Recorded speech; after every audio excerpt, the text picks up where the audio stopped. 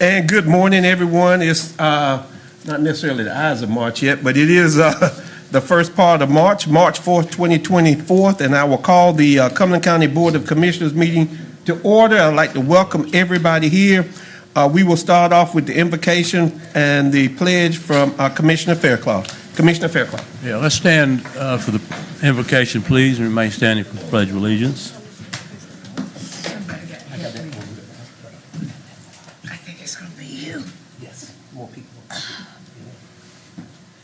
Thank you.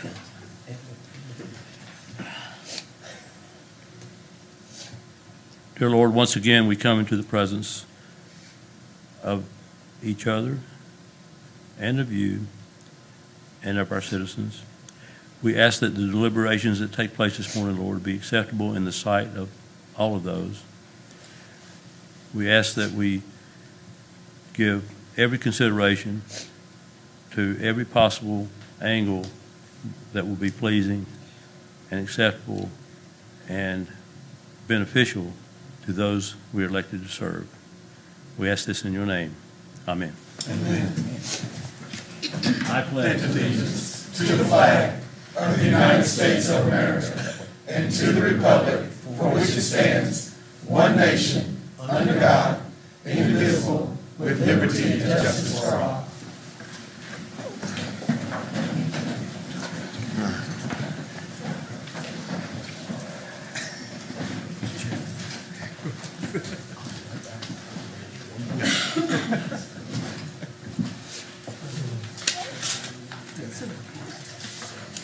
You didn't tell me. I told you. Nobody talks to me. That's okay. talking at you. Good morning, everyone. Good morning. And if you know anything, it's one of the things I like to do is recognize people and talk about Cumberland County. And I talk about Cumberland County all the time. I'd ask for our staff to come forth, our maintenance staff. Y'all come on up here. Y'all didn't bring the boss? That's all right. That's all right. He must be working hard.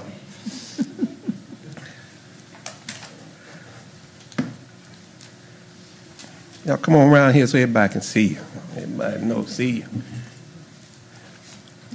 And the reason I invite them up is, well, Commissioner Booth left, but Commissioner Fairclough, Commissioner Council, and Commissioner Keefe have been here probably as long as I have.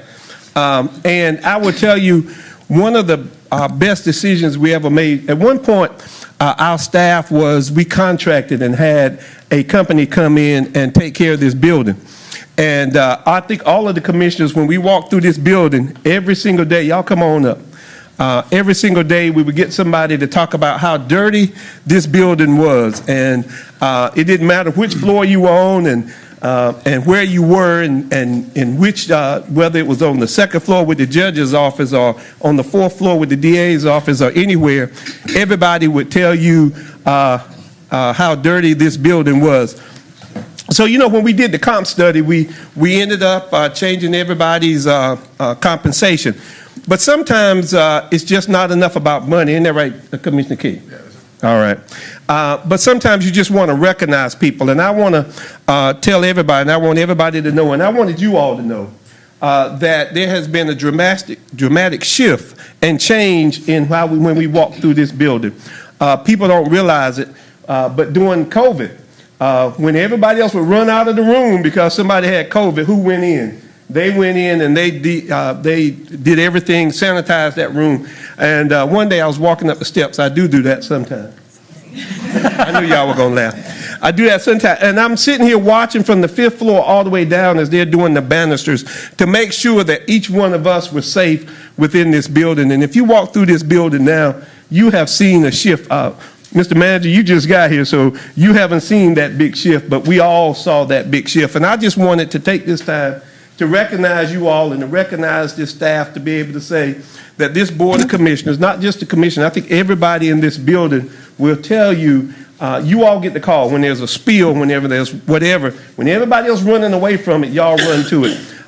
And I think if you go into these restrooms, where's Jermaine? Thank you for, Jermaine, oh, there he is, changing out the restrooms. Y'all see how those have changed over the years. But you all keep it clean. You all keep it to the best. And I just wanted to say thank you on behalf of this Board of Commissioners. And I think all this Board of Commissioners just wanted to bring you all up to let everybody know and say thank you for what you all do on a daily basis. I don't know if you want to have words since you in charge of this group. And I'll tell you what, I'm going to just tell you, they're better than I am. If I had to clean up behind you folk, I wouldn't be doing it with a smile. But whenever you meet them in the hallways, they're always saying hello, have a smile. I'm just like, I don't know, man. I don't see what they got in the morning because I need some of that. But they do this every single day. You have a couple of words, and you may want to introduce them. I think most of y'all know me already. I'm Anthony Thomas. I'm the custodial supervisor. Like I said, that's Joe, Susie. A lot of y'all probably don't know Tiangelo. He runs the Bradford building. And Cornell's not a custodian, but he's the delivery guy. He's like one of the backbones of what we do around here. And like I said, I appreciate Cornell because a lot of stuff he doesn't get appreciated for, moving heavy furniture, picking up stuff, cleaning up trash at veteran services, all kind of unsightly stuff he has to do that no one sees him do. But it's a lot of other staff I got, but they're not present here today because they're at Spring Lake. We got, like I said, CMF, BMF, a whole lot of other buildings that we maintain that, like I said, I got probably about another, let's see, that's only 12 more people that are not present today. And I want to say thank you to them. But I would just like to say thank y'all for trying to help us keep this place clean and for giving us something to do.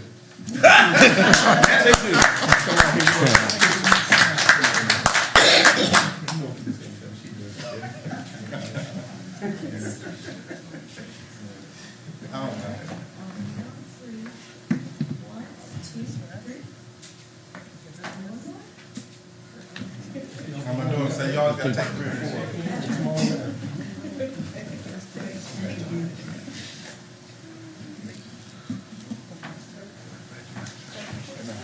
Appreciate all the work. You got to the front door, man. You made this Also, the women you say used don't work too. Yes, that's what I'm doing. That was a twofer right there. That was good. It's our front door, man. Good speech. Don't leave yet. Thank you, Father. Now you got to get the group on that. Thank you. I do let them in the fishing sometime. Come on down, Ms. Veronica Marshall. Come on down a little bit. There you go. Y'all come on in here. I'm stepping on stuff down here. Don't you stepping on? Be careful. It's okay. What have you put down there?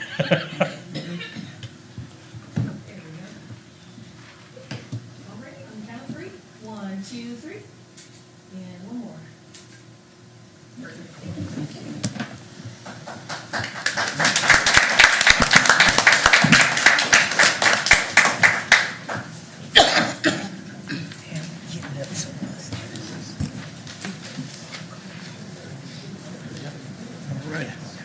You gonna take it off or not? You gonna take that off? They won't will. You just gonna take it off? What's that? Red Cross. Not that. And that will take us to the approval of the agenda. Mr. Manager, are there any changes to the agenda? No, Chair, no changes to the agenda, Chairman Adams. If I can get a motion and a second. Second. It's been moved and second. All those in favor? Unanimous. All right. That will take us to the consent agenda. Are there any items to be pulled off the consent agenda? If not, I'll take a motion to approve the consent agenda. I'll take care of it. All right. I got you. If I can get a motion to approve the consent agenda? Motion to approve. All right, I got a Second. It's been moved and second. All those in favor? Unanimous. So you saw on our consent agenda, if you had it in front of you, the approval of the proclamation. I wanted to approve it first, Mr. Commissioner Keefe. Recognizing March 2024 as American Red Cross Month in Cumberland County. And if you know anything about the Red Cross, they're in the people business and take care of people throughout all of the disasters. You see them on TV where they're talking about going all over the country. But I would tell you the Red Cross right here in Cumberland County takes care of this county and are great partners with Cumberland County, especially during disasters, hurricanes, and all of that. We call upon them, and they don't take a moment to hesitate to be able to come and do what we need to, for them to do in this community. And so we always want to make sure that we also thank them for what they do. I see Mr. Phil Harris is here. Phil's probably been here as long as I have. Phil and I go back. Come on up, Phil. Phil and I go back a long way, but I will tell you that the American Red Cross, you can pull that mic towards you, has been in existence, and he will tell you all of that. Because a lot of times all we think about is the blood and the blood drives. And that's important because there is a shortage. So we ask anybody who can go donate, go donate. But they do so much more, and we want to say thank you. But I'll give you an opportunity during this month to be able to have a few words to introduce your staff. Sure. My name is Phil Harris. I'm the executive director, and we've been in Cumberland County since 1917. And no, Glenn, you and I don't go back to 1917, but I don't want to miss a chance to say thank you. I do have my board chairman, Trina Tiffany, with me. She's volunteer chairman. And then I have Colby Foster. She's our disaster program manager. So this is March's Red Cross Month. We recognize the volunteers that do the work. It's not me. It's the volunteers that are out there in the community. And you said a lot of people know us for blood in Cumberland County, and the citizens have really stepped up, especially during COVID. And then now we launched our sickle cell initiative last year. So we're on Fayetteville State campus. We're at FTCC campus with education and getting that much needed blood. We're still teaching CPR, life-saving, learn to swim, all those kind of things. We also have our hands-only CPR, which is, you saw where the Buffalo Bills guy fell out. He was saved by a bystander. So that's a free program, so invite us to do that. And then people know us for our service to armed forces. We have 2 offices on Fort Liberty. We're in Womack Hospital. We're all around base helping our service members. And as you said, people know us in Cumberland County for disasters.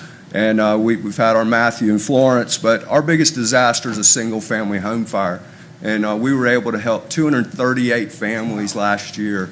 So I'm going to leave some information with you about that. The other bad thing is we've had some fatalities. And we know that smoke alarms save lives. We know that safety information saves lives. So we've always had a big push with that. So we've had one on Chickenfoot Road. We've had one in Eastover. We've had one in Hope Mills. So on March 16th, we're going to be out in the neighborhoods on Hope Mills Road installing free smoke alarms to get that community prepared. So, but those are all volunteers to do it, and we couldn't do it without your support. So I'll leave you with some information. If you see a blood drive, thank those people for being there. If you see somebody installing smoke alarms, and thank them, because they're all volunteers that make it happen. So thank you. Can you talk about those smoke alarms again, just to make sure, because you do that for free of charge. Yeah. And so if you could give us a little bit, and I'll let the chairman speak too. Sure. Oh, she said she's not speaking today. She's my boss. All right, yeah. No. Always got to let the boss speak, Phil. I just want to make That's sure what she's back there doing. No, she trained me well. So we have an initiative where we call Sound the Alarm, Save a Life. So we install free smoke alarms. They're 10-year alarms. They're tamper-proof. You don't have to change to the battery, and you can't take the batteries out to put them in the remote control.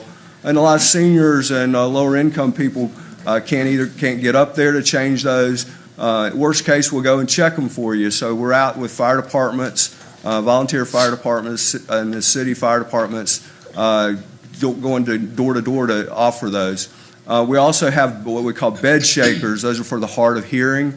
So Dr. Stewart, you helped install alarms a couple years ago at Hope Mills. So, but those bed shakers are for the hard of hearing.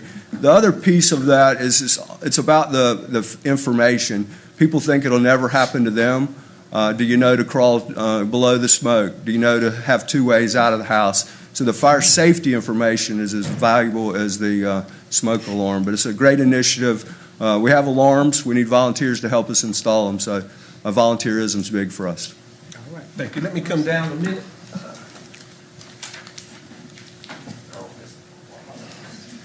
And if y'all could come up so I can give you this proclamation.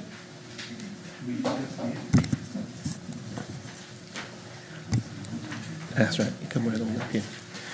And the proclamation reads, County of Cumberland, North Carolina proclamation. Whereas the American Red Cross Sand Hills chapter was established on April 26, 1917, in response to call from President Woodrow Wilson after the start of World War I to assist and confront communities stricken by disasters large and small, and to help the able-bodied and disabled veterans and civilians overseas. And whereas during the American Red Cross Month, we recognize the compassion of people in Cumberland County and reaffirm our commitment to care for one another in times of crisis. And whereas Sand Hills Chapter provides service to local military personnel and their families, including 24/7 emergency messaging, assisting military families and their families through pre-deployment and post-deployment briefings and seminars. And whereas the American Red Cross Sand Hills Chapter continues to partner with the city and county government and civic agencies to help ensure our communities are more ready and resilient in the face of future disasters. And whereas each year the American Red Cross Sand Hills Chapter provides shelter, clothing, food, and counsel to hundreds of area families who experience a home fire or other disasters such as tornadoes and floods.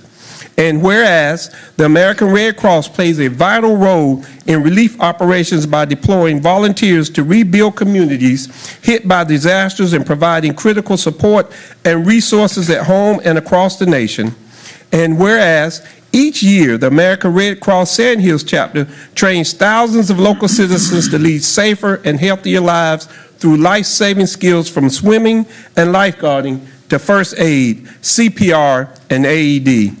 And whereas each year, the American Red Cross Sand Hill Chapters helps to collect, test, and distribute thousands of life-saving units of blood and blood products. And whereas our county leadership relies upon our citizens who are motivated to act by our common humanity. This month, let us come together to celebrate Cumberland County's spirit of generosity and the dedicated individuals and organizations who keep that spirit alive. Now, therefore, let it be resolved that the Cumberland County Board of Commissioners hereby proclaims March 24th, 2024 as American Red Cross Month in Cumberland County and encourages all citizens to join in the observance, adopted this 4th day of March 2024, signed by the Chairman of the Cumberland County Board of Commissioners. Thank you. You're welcome. Come right back here.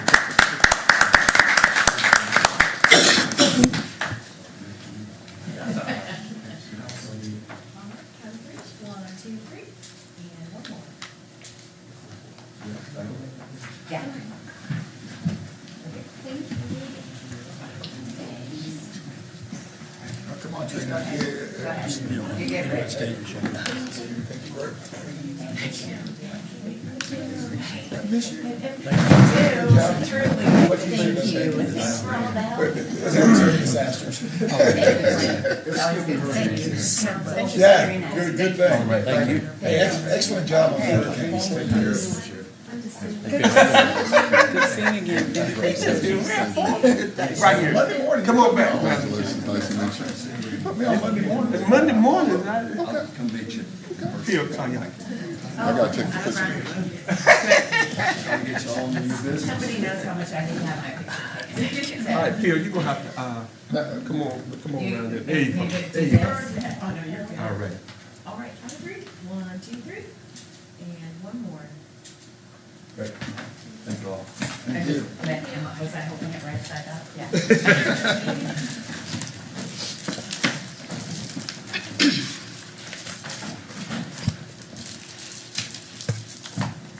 All right, that will take us to our public hearing. Mr. Manager, if you explain the Board of Commissioners' procedures for a public hearing. Arguments by the proponents and opponents shall be limited to a maximum of 10 minutes for each side. If there's no group representative, each speaker shall be allotted a maximum of 3 minutes until the 10-minute time is attained. Rebuttals will not be permitted rebuttals will only be permitted at the discretion of the chairman and with a maximum of 3-minute presentation by each side. All right.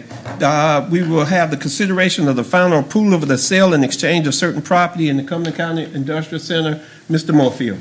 Attorney Morefield. Mr. Chair, there are no speakers, but please do open the public hearing and close it. Well, if you would at least explain what we're doing. Some Yes, people sir. will know. All right. The board has considered this in agenda session, and again after the agenda session at the second meeting in February. And it has, you couldn't finalize it then because this does involve the transfer of some land, exchange and transfer of some land in the Cumberland Industrial Center and the sale of a parcel that is not developable. And all this is in order for Fayetteville Steel, an existing business out there, to expand its business, actually to adjoining property to the industrial center. And the public hearing is for the purpose of receiving any comments about that. The resolution of intent was adopted by the board, and it sets out all the terms and conditions of this transaction. And it's been recommended by the county attorney and approved by the board prior to this public hearing. All right. I will open the public hearing. Madam Clerk, are there any speakers? There are no speakers. I will close the public hearing. If there's no questions, I'll take a motion to approve the sale and exchange of the properties and grant a temporary license to cross the county's properties adjoining Research Drive as described in and pursuant to the terms and conditions stated in the resolution of intent attached hereto. So moved. Second. It's been moved in second. All those in favor? Unanimous. All right. That takes us to the item of business, which is to request to create 2 part-time positions to replace contracted positions in the Cumberland County Employee Pharmacy. I hope so, because I got some calls that the pharmacy closed at 1 o'clock now. Oh, Lordy, have mercy. Mr. Manager, did you want to say something before that? Well, same thing you had. Right now, the schedule is, will these 2 part-time people get us back on the regular schedule? Yes. Okay. It's just a general overview, and Assistant County Manager, Interim Finance Director Brian Haney will answer any more detailed questions you may have. But when we had the 2 contracted positions, one of the IRS regulations that states that you can't, if you have contracted positions, you're not really supposed to treat them as employees. In some respects, we thought that we may have been getting up across that line about how we treated the contracted employees. And with those vacancies, we just thought it would be better if we go ahead and make those part-time positions, get those people hired, make them part of the county officially, and so we don't run up against the IRS regulations. But why, if I may, Let him do his, maybe, if you let him do that, then we'll come back. Maybe Brian's presentation will kind of give us some insight, and then we go to. So if your question is specifically regards to the hour reduction, part of it is these part-time or the contract positions that we want to convert to part-time employees. The other part, there are some additional full-time vacancies for the pharmacy techs. Right now, we have 1 pharmacy tech. We're working on recruiting the other full-time techs as well to restore hours back to normal. But that is a goal. It's just right now with the vacancies, we're having to take, unfortunately, some extreme measures to keep the pharmacy running and to serve employees. Commissioner Keith. okay. So, Brian, so we're not going to be back to full-time? We are With working. these contracted positions? We are working, well, we have to recruit first. There's a contract tech and a contract pharmacist. The contract tech has left in addition to the two of the 3 full-time techs. The contract pharmacist. Brian, we're going to be back to full-time? We are currently going through the recruitment process. As soon as we hire these positions, we will. So the answer is no, that these 2 part-time people will not take care of. That they are part of that process, but it will not. But get us this back to alone full-time. will not. But we are currently hiring Okay. for the vacant full-time positions as well. And how did you come up with these hours? There are 4 different closing times in 5 days. The hours, well, there are no longer 4 different closing times. So there was an initial reduction in hours with the coming departure of the pharmacy techs, and after that happened, that was reduced further. So right now, they close at 1 o'clock Monday through Friday. The goal of hiring these positions is to allow the pharmacy to be open longer hours during the week and also restore Saturday hours. So right now, we're only open till 1 o'clock Monday through Friday? That is correct. Yes. Well, I got the call. Due simply to the vacancies, but yes, Yes. we've notified employees, and we've also last week sent physical letters to our retirees who are eligible so that they would be aware of this as well. Commissioner Stewart. Oh, are you finished? Commissioner Stewart. Never finished. Yeah, it's, okay, I'm fine. Number one, hours being 9 to 1, so the employees are expected to go get their medication during lunch hour? Oh, they got all kinds of things. They can come and go, you know. They can. They're able to use the pharmacy throughout their schedule, but So that they can just leave work and then go get their medication? if they go to the clinic, they can follow up and go to the pharmacy, and it's not charged to their work hours. They have to The let clinic. their supervisor- Well, I know they have to let their supervisor know, Yes. but it just It is not ideal at this for time. anybody. And number two, these two part-time positions, did they not want to work full-time? We do have full-time positions with the pharmacy. We had two employees specifically looking for part-time work who were under contract. One of them has left for a position elsewhere, and another one, the pharmacist intends to leave, I think to retire before the end of this fiscal year. So that transition is what's prompting the ability to convert those now to part-time positions. But we will be hiring part-time. Basically, this was the level of staffing that the pharmacy manager believes is needed. And she believes we can hire part-time positions. We already have one 30-hour pharmacist who works at the pharmacy. This would duplicate that position by bringing on another part-time 30-hour pharmacist. Just seems kind of challenging with the state of the economy right now that people are looking for part-time positions unless they already have a full-time job. I currently know one of the, well, I got a call from someone that actually works over there and had nothing to do and didn't even know that this was coming up or anything, but couldn't do certain things because of he's part-time. And it didn't seem to me that that's what he desired. So I just wondered if hiring two more part-time positions, if that's what people were actually even looking for. That's Mr. all I Manager. wanted to say. Yeah, Mr. Manager. We're currently evaluating that through the budget process, and probably will make a recommendation to have all of the pharmacy positions being full-time. And employees can leave as long as they let their supervisor know that they need to go get their medication, they can go leave. We will allow them that flexibility. Are there any other questions? If not, I'll take a motion to approve the creation of the two part-time position, a 30-hour pharmacist and a 19-hour pharmacy tech, to replace the existing contracted positions in the employee pharmacy and the associated budget ordinance amendment B240978. If I can get a motion. Motion to approve. It's been moved. It's been second. All those in favor? Unanimous. Thank you. Thank you. There are no nominations, appointments. I'll call on the Vice Chairwoman Stewart. The Board of Equalization and Review 2024 officer appoints, and I request a motion for the following positions: Hassan Moranis as chairman, George Turner as first vice chair, and William Holland as second vice chair. Second the motion. It's been moved and second. All those in favor? Unanimous. All right. That will take us into closed session. If I can get a motion to go into closed session pursuant to NCGS 143-318-11A5 and 143-318-11A6. We need to add one chairman, also attorney-client privilege, paragraph 3. A3. A3. 143-318-11A3. If I can get a motion. Motion to go into closed session. It's been moved and seconded. You go second. Second. It's been moved and second. All those in favor? Unanimous. All right, we'll go into closed session.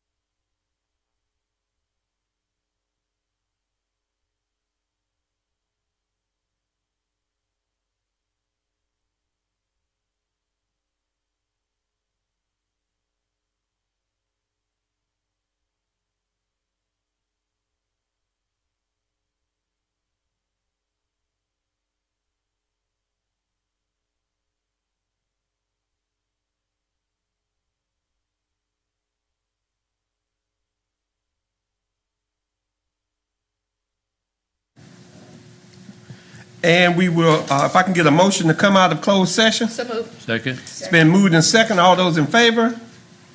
Unanimous. And if I can get a motion to adjourn. Motion to adjourn. Second? Second. All those in favor? We are adjourned. I guess that's unanimous. See over there messing with my clerk.